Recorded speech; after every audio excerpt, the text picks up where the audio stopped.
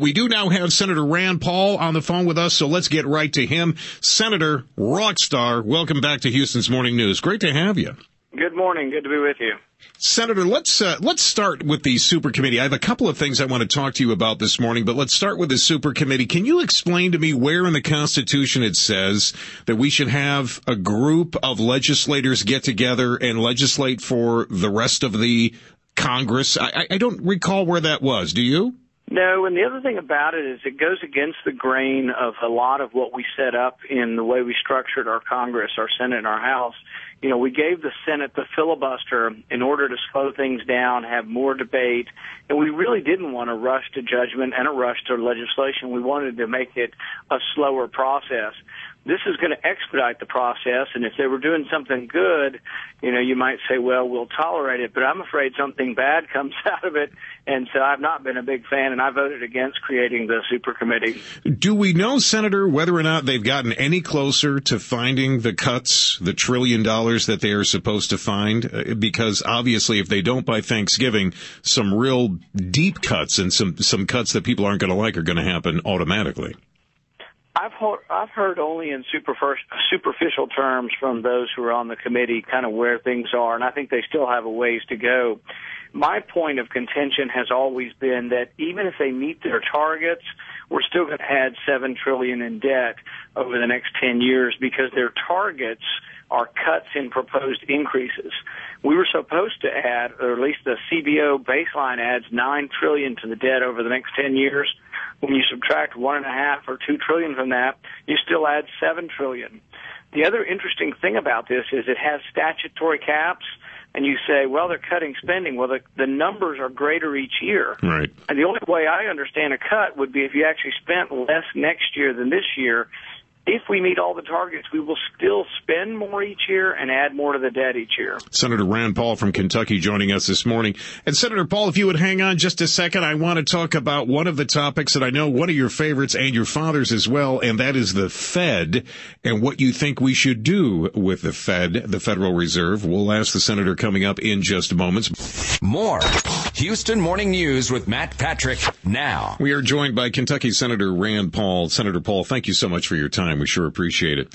You ran on doing everything in your power to end the federal government's out-of-control spending and also the debt crisis. I believe that you, as I do, believe there is no way to put an end to this until we stop the Federal Reserve from printing money. Agree or disagree?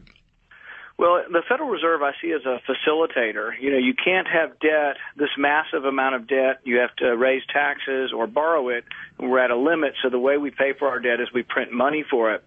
And so you can't have a massive debt without a central bank like the Federal Reserve. So it facilitates the accumulation of enormous amounts of debt. It also goes one step further. It sometimes brings interest rates down below the market rate and it creates the boom and bust cycle. So it created the real estate boom, and consequently the housing depression that we're in now is a consequence of bad Fed policy. So yes, we have to do everything we can to try to control the Fed and take power away from the Fed. Do you believe that the president would ever sign a law or an executive order that would require an audit of the Federal Reserve? You know, I don't know about that because the thing with an audit is there's a chance even President Obama would sign something like that. We did get an audit. We got a partial audit that was done last year, and through that audit we found out that 87 foreign countries got money through the TARP bailout, including Gaddafi's central bank, which was sort of a piggy bank for all the family members. It got TARP money. And that's really just disgraceful. But they did sign that even with the current folks.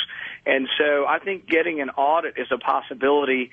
I don't have a lot of hopes for this administration, but on occasion he has said that he's in favor of transparency, and I think there are strong transparency arguments for seeing what the Fed is doing.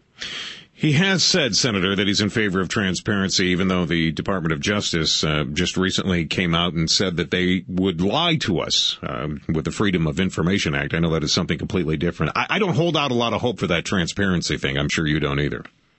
No, and really, ultimately, the survival of our country and our economy is going to mean we have to have somebody new in the White House. I really fear what happens if we have 4 more years of this president. I'm not sure our economy can survive 4 more years, and I'm also afraid he's just getting started, that all of this class warfare thing, that really it's going to be about completely redistributing all the wealth in the country and making it to a notion that he calls fair, right, but really would be just a disruptive environment that would really destroy the economy. And I'm afraid that maybe he's just getting warmed up for a second term. Kentucky Senator Rand Paul joining us this morning. Senator, thank you for your time and look forward to having you back soon on Houston's Morning News. Great guy.